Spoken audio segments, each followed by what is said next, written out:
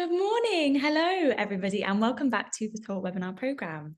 I'm Emma from the Small Business Saturday team, and today we are talking about how to look after your happiness as a small business owner. We have got Carly Cannings, the founder of the Happy Business School, with us today. Carly is going to cover what happiness is, the way it affects how you run your businesses, how productivity and happiness interact, and a lot more. Do get involved in the chat, say hello, let us know where you're from in the country today. If you have got some questions, pop them in the Q&A box just to the right of the chat box, and we will go through those at the end. This session will be recorded, so if you miss anything, don't worry, you can catch up in your own time. If you'd like to turn on captions, you can also do so in the bottom right-hand corner of your screen. Finally, I want to say a big thank you to BT for partnering with us once again on this program. I think that's probably enough from me, Carly. So I shall hand over to you and I will see you at the end for some questions. Thanks very much. Good morning, everyone. So we are going to talk today about happy habits and how we can look after our happiness as small business owners.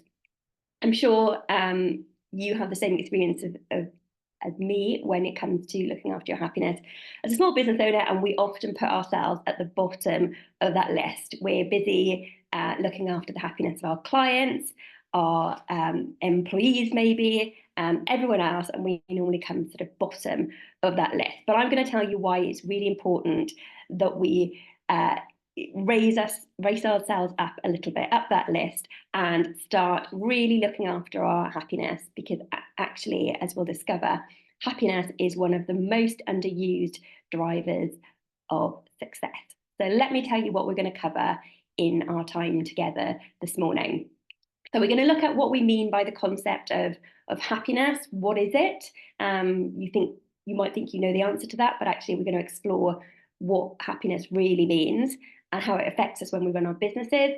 We're going to learn some techniques for investing in our long-term happiness at work. And we're also going to have a quick look at some quick fixes, some mood-busting activities that we can use as well in those moments where we really need to switch things up and put a bit more focus on our happiness.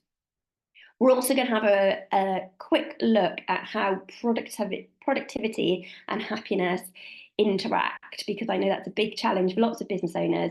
How do you kind of keep that productivity going, especially if you're working alone, and how does that interact with your happiness?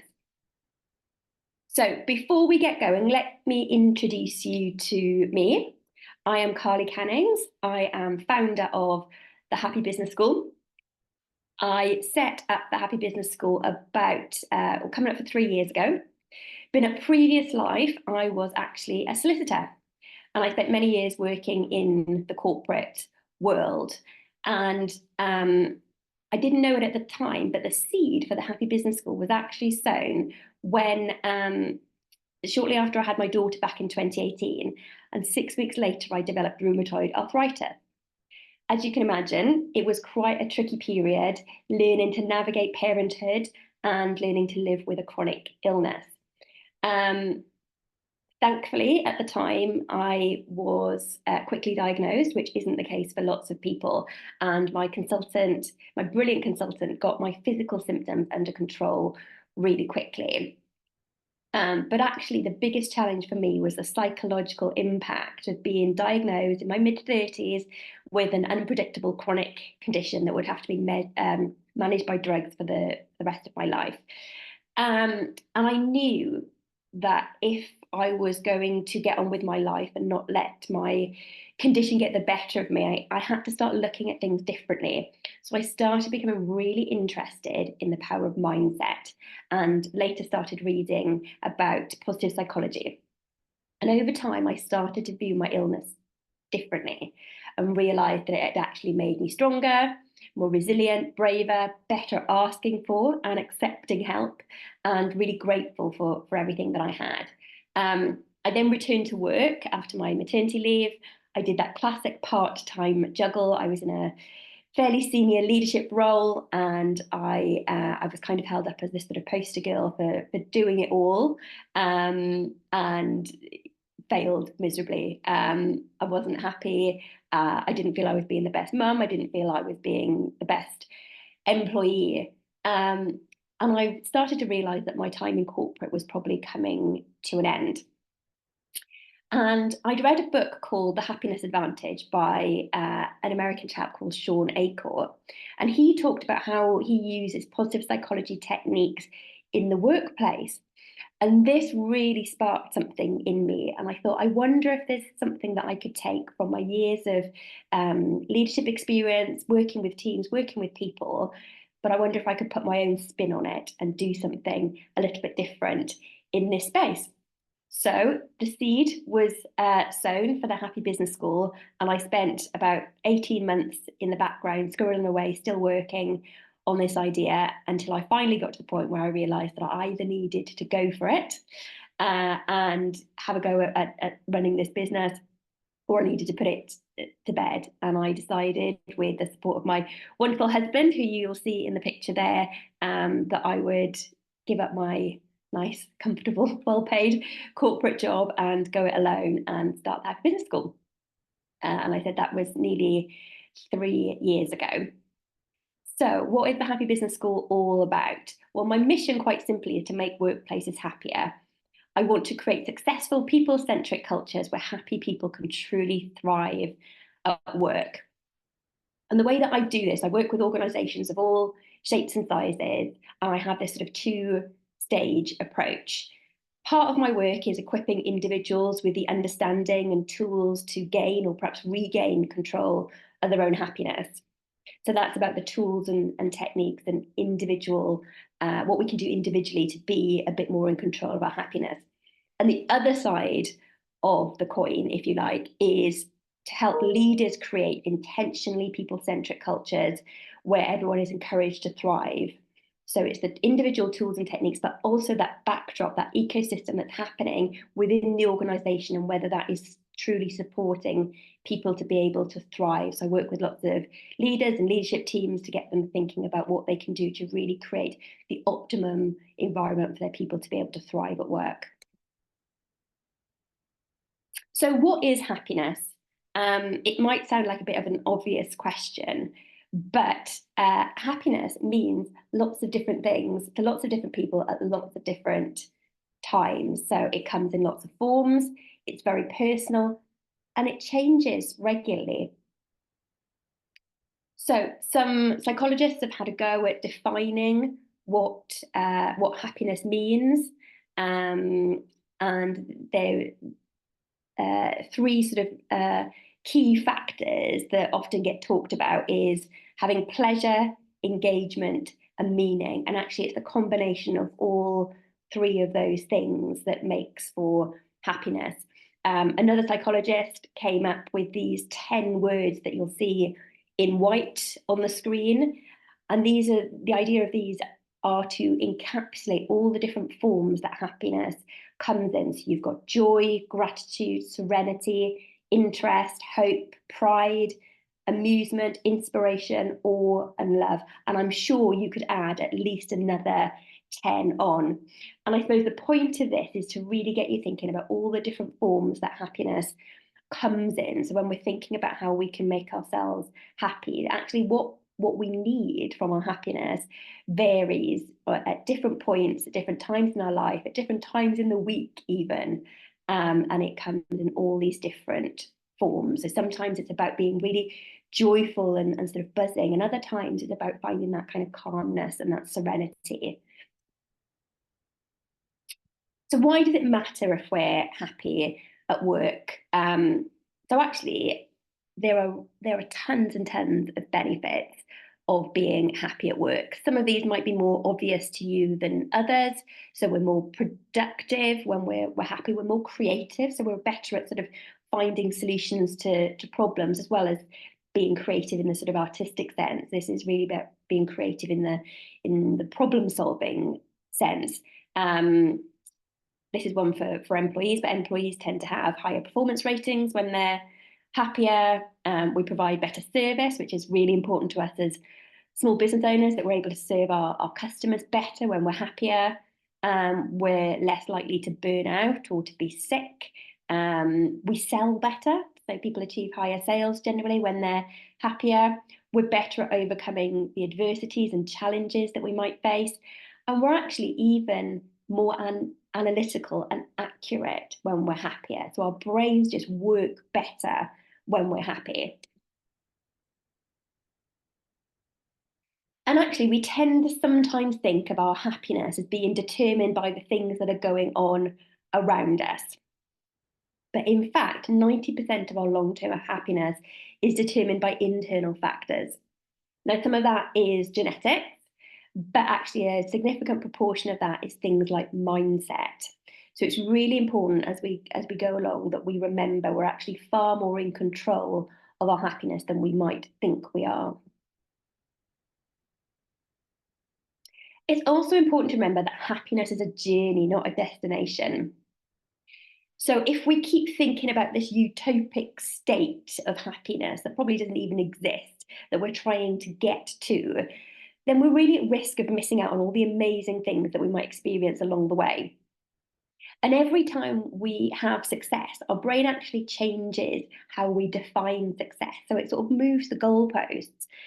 So actually, if you've got this one thing that you're kind of aiming towards, once you get there, you're probably going to have a brief moment of celebration, but actually your brain is then going to readjust what it thinks of as success and set you another goal. So actually learning to live in the moment is the real key to increasing our happiness. So the trick is to focus on the small changes that we can make on a daily basis that can bring us a bit more joy in our lives. And before we get really into the nitty-gritty of it, I just want to talk about a couple of things that this isn't about. So it's not about toxic positivity. We still need to be able to see the risks and dangers. So just because I talk lots about being happy and having a positive mindset, that doesn't mean that I'm going to stop wearing my seatbelt or looking when I cross the road. We still need to be able to see risks and dangers. We just need to be able to view them positively as something that we might be able to overcome. It's also not about forced happiness. So our happiness levels will fluctuate from day to day and maybe even from hour to hour. And I'd be pretty worried actually if you were all scoring yourselves as 10 out of 10 on the happiness scale every day. So we need to acknowledge and embrace the full spectrum of feelings and emotions. And part of creating a happy, healthy culture is allowing yourself to be authentic and to express your emotions openly. And the key really is finding a way to be able to see ways of making a situation better. But actually, it's really important to be able to acknowledge when things aren't going well as well. So we touched on my approach to happiness from two directions, so looking at what individuals can do and creating the right culture. But we're also going to look at, so actually just to say that bit of the diagram we're going to concentrate on today is that left-hand side, the individual tools and techniques, because I know not all of you will be part of organisations, you won't all have sort of teams of people. Lots of you will probably just be running your business by yourself or with some support from freelancers, so you won't necessarily have employees. This is really about what we can do ourselves as small business owners. We're going to focus on building up those tools and techniques that we can use to invest in our happiness. So thinking about that, we are going to use this analogy as we go through today. You need cash in the bank and change in your pocket. So think of it like this. In order to function, we need cash in the bank to pay our bills, rent, mortgage, to buy food, to go on holiday, all those things. But actually, sometimes we also need change in our pocket. So whether that be a pound for the supermarket trolley or a gym locker or to buy a cake at a charity bake sale. Sometimes it doesn't matter how much cash you've got in the bank, you actually just need some change in your pocket. So before you think I've totally lost the plot, I'm going to tell you how this relates to happiness. So think of the cash in the bank as your long-term happy habits. So these are the things that we can build up to sustain us in the long term. But that change in your pocket are your quick fix mood boosters that you might just need in the moment to change things up, to get you out of a bit of a funk, to give you a little boost in that moment. Because some of these long-term things take time to do. And even if we're doing all that stuff really well and building up those reserves, sometimes we still need those little injections to be able to change things up. So we're going to spend quite a bit of time on the long-term stuff, but at the end, we're going to look at how you might create that little menu of quick fix mood boosters that you can just go to in the moment to change things up. So this is the pyramid of positivity. So this is the structure that I use when we're talking about building those tools and techniques. So you can see there are 6 building blocks: relationships, learning from failure, recognition and encouragement, mindset, habits, and working within your circle of control. So we're going to have a look at some of those today. We won't have time to go into all of them, but we're going to look at some of those building blocks today and what you can do to try and make that investment in your happiness. So let's start off by looking at mindset and those things that we can do. So remember, we talked about 90% of our long-term happiness is controlled from within, and actually a huge factor there is our mindset. So what we're trying to do is create what you might have heard referred to as a growth mindset, so a mindset that enables us to see things positively. So I want to talk first of all about perception and reality, because we often conflate these two things. So here's an example. Has anyone ever gotten frustrated or angry in a traffic jam? Because I know I definitely have.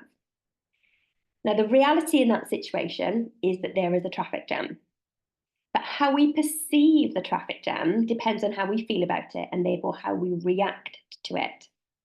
So if we accept it as something that we can't change, know that there might be a good reason for it, and just sit back and turn the radio up and sing along, we're going to feel much calmer than if we see it as the world conspiring against us, a personal attack on our efforts to get somewhere. That will probably end up with us feeling pretty frustrated.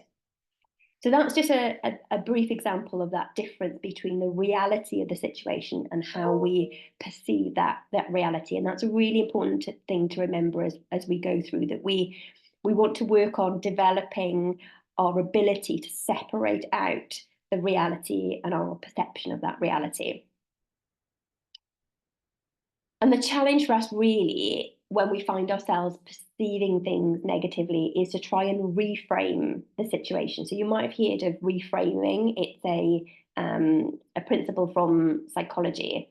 And reframing is actually really powerful. And there have been a number of psychological experiments to just show how powerful reframing is.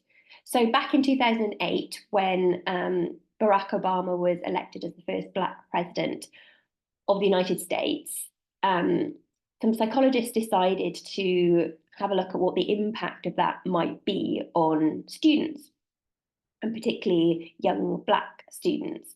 So they performed some tests, and they tested a group of students, Black students and white students, before the election, and again after.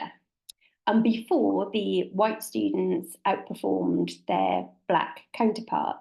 But actually, after Obama's election, that performance gap was erased.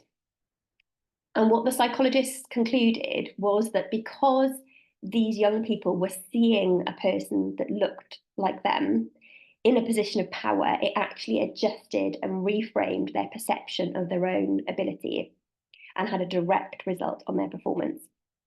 There was also an experiment that looked at a group of students.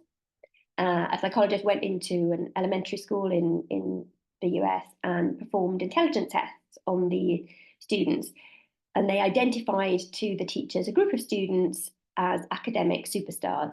And they told them not to tell the students this or to spend any more or less time with the students. And at the end of the year, they went back and tested the students again. And that same group of students performed exceptionally. Maybe not surprising, right? except there's one twist. In the initial test, they weren't academic superstars. They were just distinctly average students. But by adjusting the mindset of the teachers and their belief in their students' ability, they've been unwittingly and non-verbally communicating this to the students, which had led the students to digest these messages and to transform them into reality. So actually reframing is a really powerful tool. And when you can see that we're able to reframe a situation, look at things more optimistically, it can have a really powerful effect. And there are a number of ways that we can help our brains make that shift in perspective from a negative outlook to a more positive outlook. And one of them is to really simply think about the language that we're using, because this can act as a real prompt to shift our view and to help cultivate a more positive mindset. So when you're about to start a task that you're maybe less than enthused about, instead of saying, I have to, reframe it as I get to. We're all passionate small business owners who have been brave enough to take this step to start our own businesses. So even when we're doing those sort of tedious tasks or difficult tasks, actually we get to do that because we're running our own business. So maybe that little bit of reframing will just help you train your brain to kind of see things in a more positive perspective. And if you're finding something difficult, now I love this one that my daughter's reception teacher taught her. So the teacher got them to say, instead of I can't yet. And just that shift in language made them realize that their inability to do something was only temporary. It wasn't that they'd never be able to do that thing. It was just they hadn't figured out how to do it just yet. And again, that shift in mindset and that really subtle change in language can be enough to just remind us that just because we can't do something right now, that's just temporary, and we can probably work on it, and we can probably get to a point where we can do it. If you are working through, like me, a never-ending to-do list, instead of focusing on the stuff that you haven't done and saying, I haven't done X, Y, and Z yet, start by saying, well, so far I've done A, B, and C. Again, a really subtle shift, but actually just changing that narrative in your head can start to flip that perspective, can start to change from that negative mindset to that positive mindset. And another way we can do that is with something called counterfacts. So counterfacts are the little stories that we tell ourselves about a situation. And we can choose whether to tell ourselves positive or negative counterfacts about a situation. So you might be, imagine yourself in a boardroom giving a really important presentation to a group of really important stakeholders. And when you look around the room mid-flow, you see some people who are on their phones, scrolling through their phones, looking down, not making eye contact with you, not looking at your presentation, and scrolling through their phones. Now, that's the reality. They are on their phones. Our perception and what we tell ourselves about what they might be doing in that situation will determine how we feel about that situation. So we could tell ourselves that they are distracted and not interested in what we're talking about. Or we could think about the other side of that, what else they might be doing. Actually, they might be taking notes on their phones. Lots of people write things down in the notes feature on their phone these days. They might be sending an email to someone saying how great you are, or looking you up on LinkedIn. There's lots of things that they could be doing that shows that they are engaged, but actually our brain, because of our inbuilt negativity bias, because we tend to go to the negative before we go to the positive, often leads us down that sort of more negative route of thinking, first of all. But a little hack that you can use here is to, instead of when that voice in your head is going through and telling you maybe those more negative counterfacts, imagine that you're talking to a friend and not yourself. Imagine it's your friend who was stood in that boardroom. What would you tell your friend in that situation? If they came out and said, oh no, it's dreadful, everyone was looking at their phones, would you say, oh yeah, they clearly weren't interested in you? Or would you say, actually, they might have had their own stuff going on. It might have been nothing to do with you, or actually they might have been taking a note, or they might have been, dealing with something really urgent. You would probably tell your friend much more positive counterfacts about that situation. So next time you find your brain going down that rabbit hole and the narrative that you're creating is a negative one, just stop for a moment and imagine what you might tell a friend in that situation. So we can also do something called priming our brain. So this means getting our brain into a state that is ready to be happy. So this is another psychological technique that we can use. So how do we help our brains become better at reframing things? We just talked about the power of reframing. The answer is we train our brains in the same way as we would train our bodies in the gym. So have you ever played too much of the video game Tetris? So what I'm told is that people who play too much Tetris start seeing Tetris blocks everywhere. So they might look at the cereal boxes in the supermarket and want to close any of those gaps.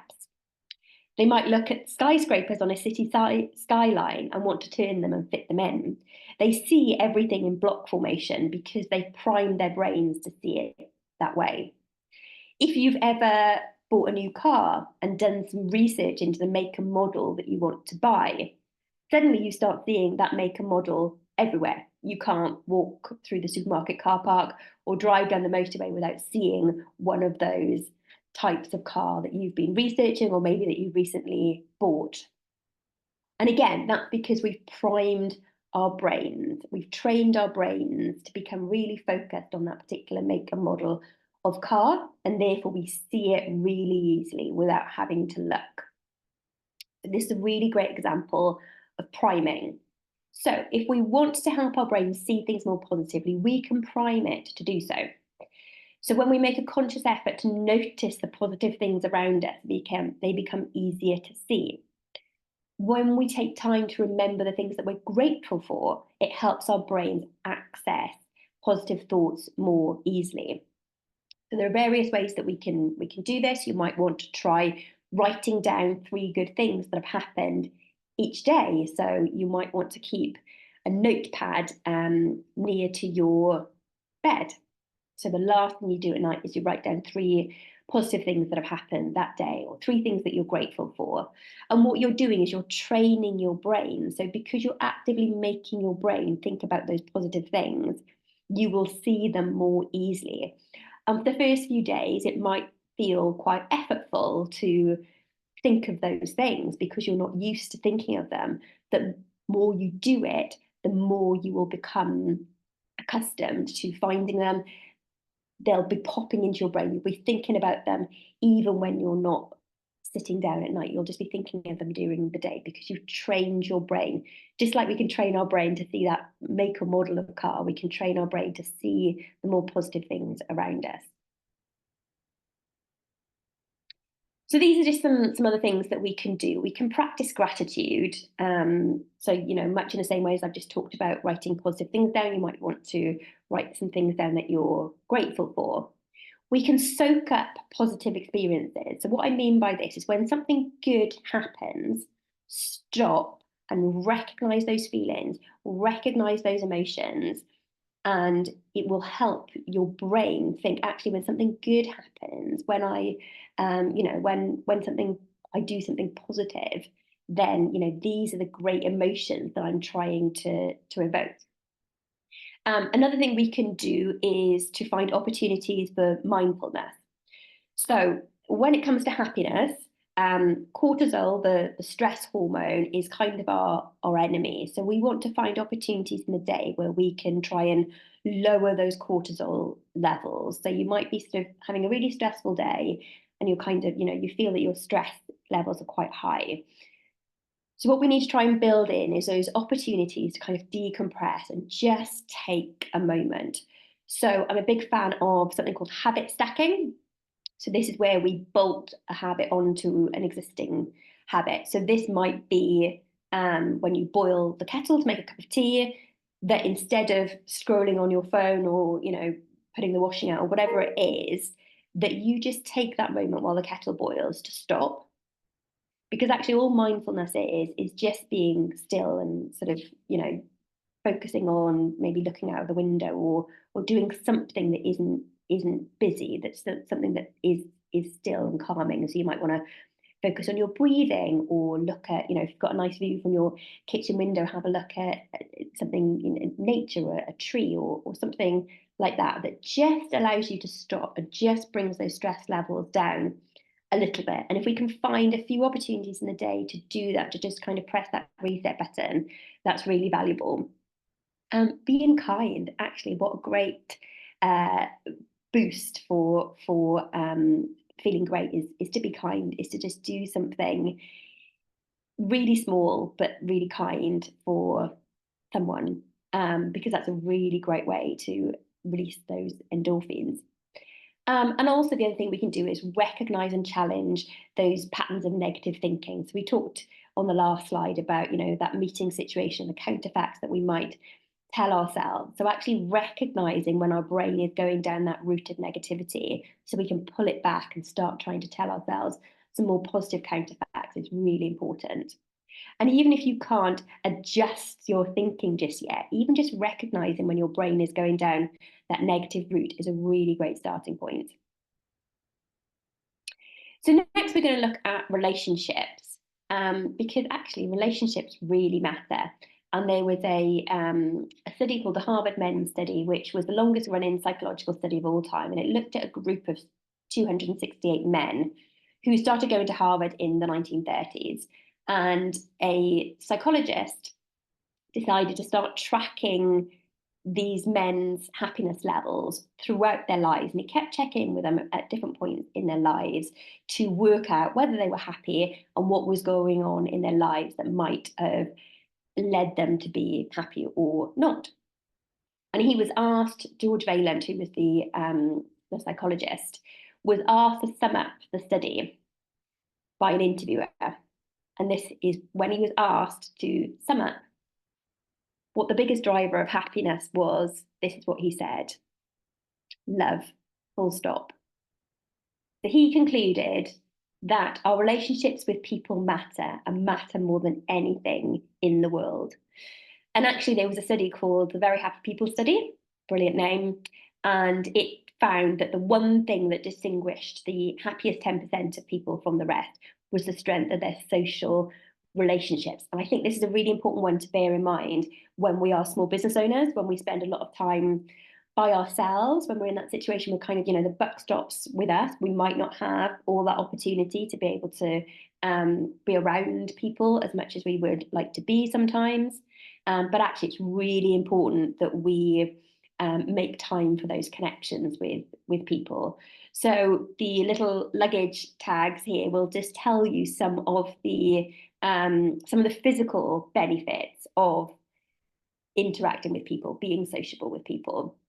So it boosts our oxytocin, which is our love hormone. It boosts our cardiovascular system. It reduces that cortisol, so that stress hormone we were talking about. It boosts our neuroendocrine and our immune system. And actually, a lack of social contact can increase your blood pressure. So there's lots of reasons why interacting with people, being sociable, is really, really important. So actually, as a small business owner, what can you do? How about finding yourself a well-being buddy?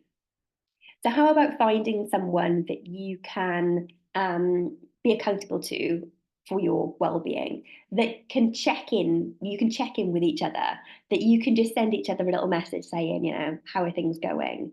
That you've got another person that you kind of, are accountable to each other, and this isn't about the mechanics of work or what's going on. This is just about your well-being. So we talk about having accountability buddies for productivity. So you might say, I've got a lot of things on this week. Will you check in with me and check that I'm on track, that I'm doing the stuff that I need to be doing? But actually, how about a well-being buddy? How about you check on it on each other and make sure that maybe, maybe you want to do some of these things that we've talked about. Maybe you want to start doing the writing down 3 positive things. Maybe you want to do some stuff around, retraining your brain to look at things more positively. Well, how about having somebody that, checks whether you're doing something like that, how you're getting on. So maybe think about finding yourself someone who can be your well-being buddy. And actually, here's a really important one. As small business owners, it's really important that we celebrate our successes. So if you work in an organization, if you're employed and you've got a manager, then hopefully your manager will be calling out your successes. A good manager should be saying, you did a really great job on that. Well done. Thank you. But sometimes, especially if we're working on our own, we don't have that person that can call out and recognize our successes. So sometimes we have to do that for ourselves. Sometimes we just have to take a moment. And this relates to that point about priming and about kind of really leaning into the moments where things feel good. So our brain kind of recognizes, actually, yeah, I want to do more of this. I want to do more of this feeling good. And actually, when I stop and recognize success, that feels really good. And again, if we do that, and if our brain goes, oh, actually, do you know, when I stop and recognize that, it makes me feel really good, we'll want to do it more. So make sure you stop and celebrate your successes. And that might be something really small. It might be, just getting to the end of your to-do list. It doesn't have to be the big stuff, because actually, doing it with the small stuff happens more often. So we get those little boosts, those little endorphin releases when we stop and recognize. So, you might want to get into the habit of doing it every week. So you might want to set yourself a reminder in your calendar on a Friday to take 5 minutes and just think about what you've done well, what's gone well this week. But yeah, make sure you stop and take time and celebrate those successes. So I often get asked about productivity and sort of motivation, and whether it's, if we're productive and motivated, does that make us happy, or do we need to be happy to be motivated?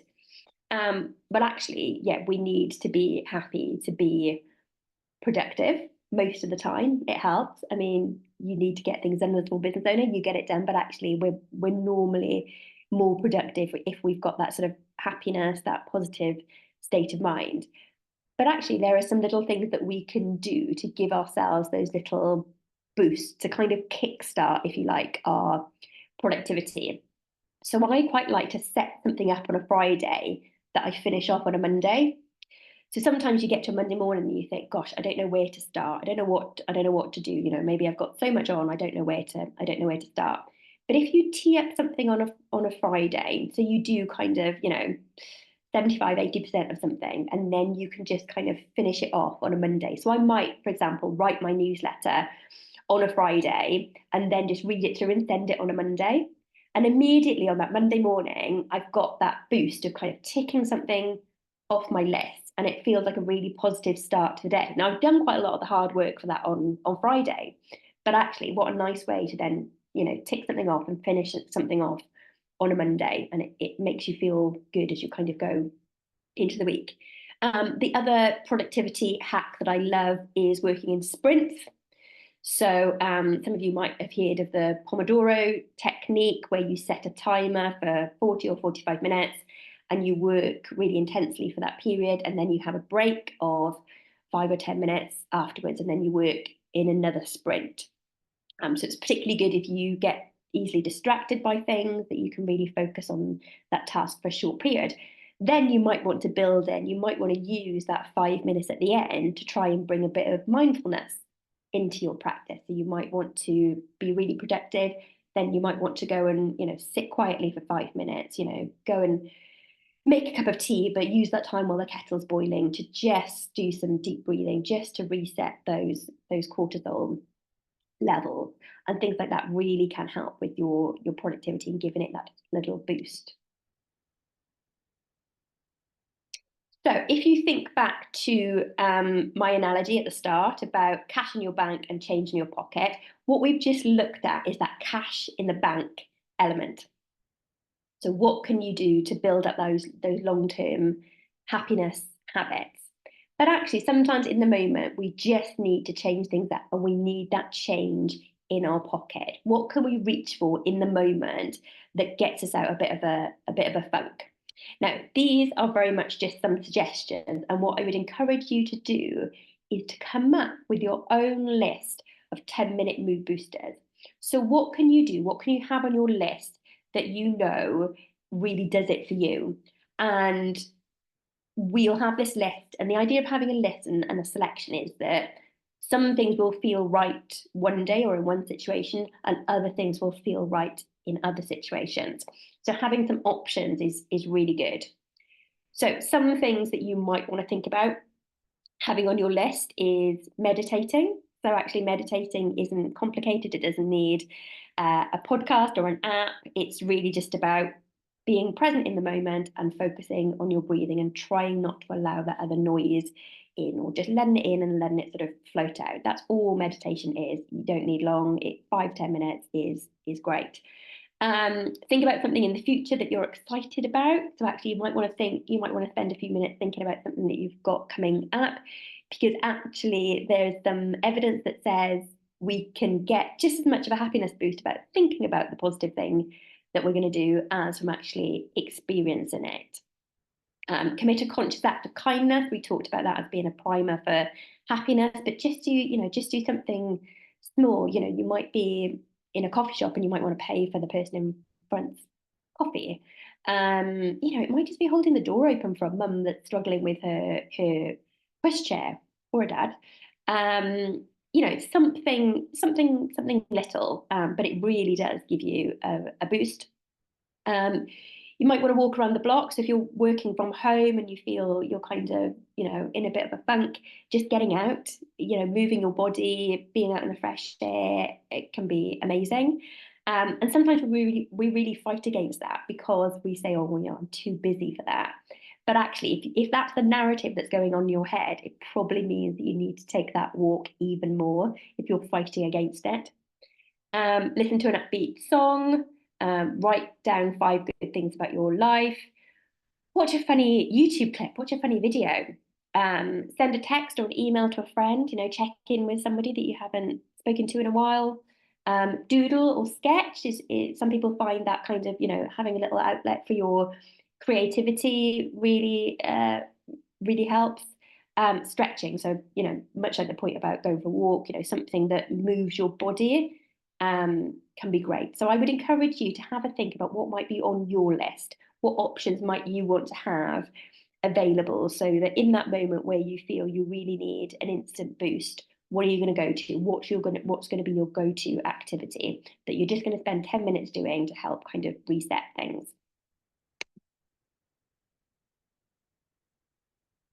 And that is it. So I'm just going to pop the contact details up on here. So please feel free to follow me on Instagram, to connect with me on LinkedIn.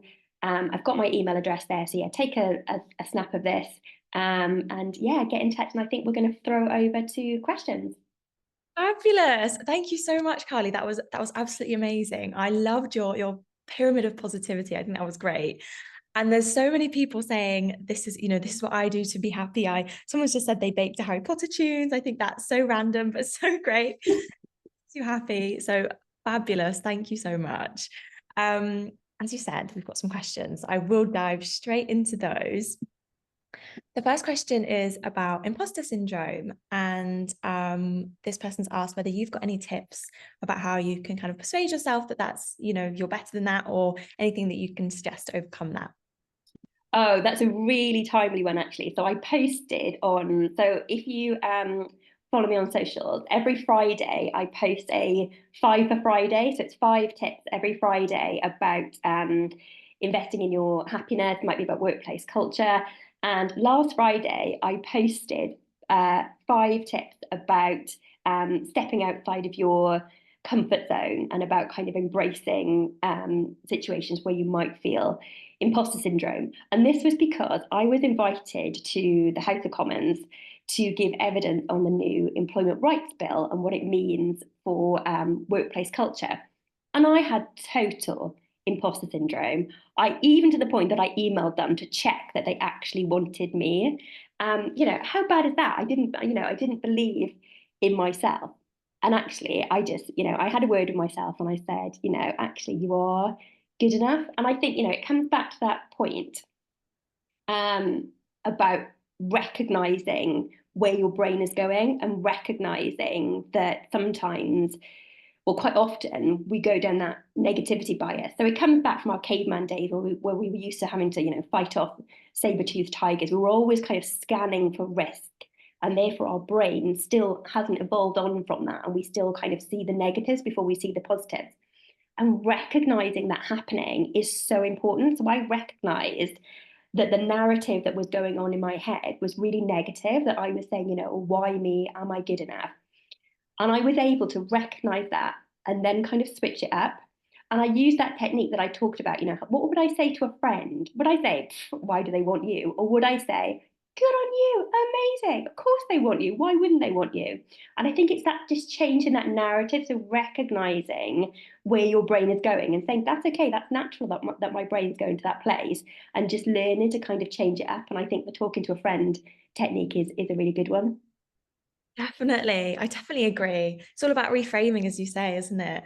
I remember reading, I think it was yesterday, a post about someone who said, similar to what you've kind of preached about today, if you have road rage, this is how you can address things, kind of look at things a little differently. And they said that if next time you're getting frustrated by a slow driver, think, oh, maybe they've got a birthday cake in the back that they need to protect. And then you start thinking, oh, how lovely. I wonder what the cake is and I wonder who it's for. And, it just completely takes your brain in a different direction. Yeah, I totally agree. Yeah, I find it, because quite often I think, if I'm trying to get somewhere in a rush, I was in London the other week on the Underground, people, not moving out of the way, and you think, no, actually, I'm going to reframe this. This isn't about me. What have these people got going on? And just that flip, and yeah, like you say, thinking about if you're in a traffic jam or something, actually there might be something, really significant going on that, is takes it away from being about you and makes it about, the wider situation. Wow, thank you. If anyone's got some last questions, do pop them in the chat or in the Q&A and we'll make sure Carly answers those. Carly, before we go, any final words of wisdom? So I think, as small business owners, we often, it can feel a bit of a lonely place. And, I think, putting some of these practices in place, maybe finding that well-being buddy, finding somebody that you can check in with, and maybe starting to build in a couple of these little practices, I think can have a huge effect. They sound like quite small things, the writing down the positive things. But when we understand why, that we're kind of, much like we go to the gym and train our bodies, these little ways that we can train our brain might seem really small, but actually they have a really huge impact. Absolutely. Oh, thank you so much. I think everybody's going to be dancing to chores, getting their work done, finding their upbeat music or going for a walk. So thank you so much for joining. Thank you, Carly, for hosting the session. And I hope you all have a wonderful, positive rest of the day. Thanks all. Bye.